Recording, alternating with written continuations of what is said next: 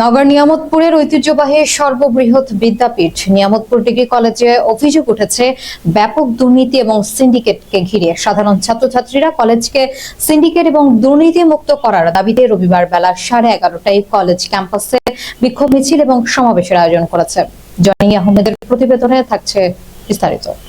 বিক্ষোভ মিছিল শেষে প্রশাসনিক ভবনের সামনে সংক্ষিপ্ত সমাবেশে বক্তব্য রাখেন বাংলাদেশ জাতীয়তাবাদী ছাত্রদল নিয়ামতপুর ডিগ্রি কলেজ শাখার সভাপতি মোহাম্মদ সাজ্জাদ আলী, সাধারণ সম্পাদক ওবায়দুল হক এবং সাংগঠনিক সম্পাদক জয় মণ্ডল। বক্তারা অভিযোগ করেন, কলেজ প্রশাসন সরকারি ফি ছাড়াও শিক্ষার্থীদের কাছ থেকে অতিরিক্ত ফি আদায় করছে।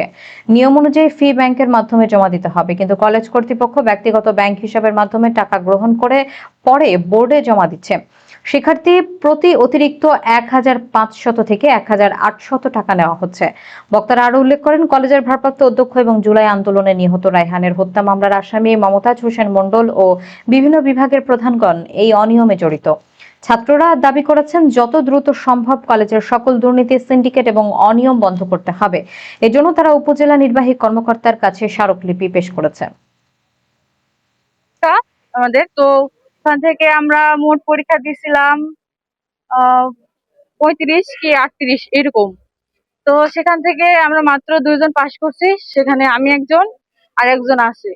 তো এরকম ভাবে আমাদের কলেজে যদি পড়াশোনা হয় তাহলে তো আমরা কেউ কিছু করতে পারবো না জীবনে। তো আমরা চাচ্ছি যে আমাদের কলেজে যেন ঠিক মতো পড়াশোনা হয়, শাসন হয়, এরকম চাচ্ছি।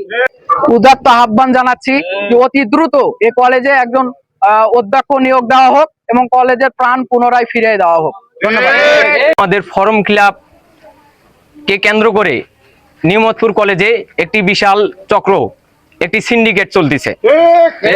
এই সিন্ডিকেটের মূল হোতা আমাদের পলাতক অধ্যক্ষ, ভারপ্রাপ্ত অধ্যক্ষ মমতাজ উদ্দিন।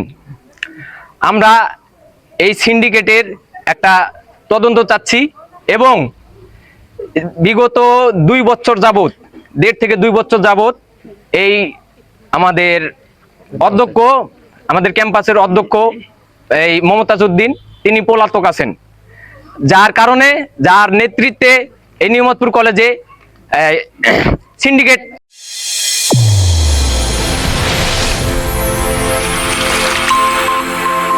চ্যানেল A1 হৃদয়ের স্পন্দন।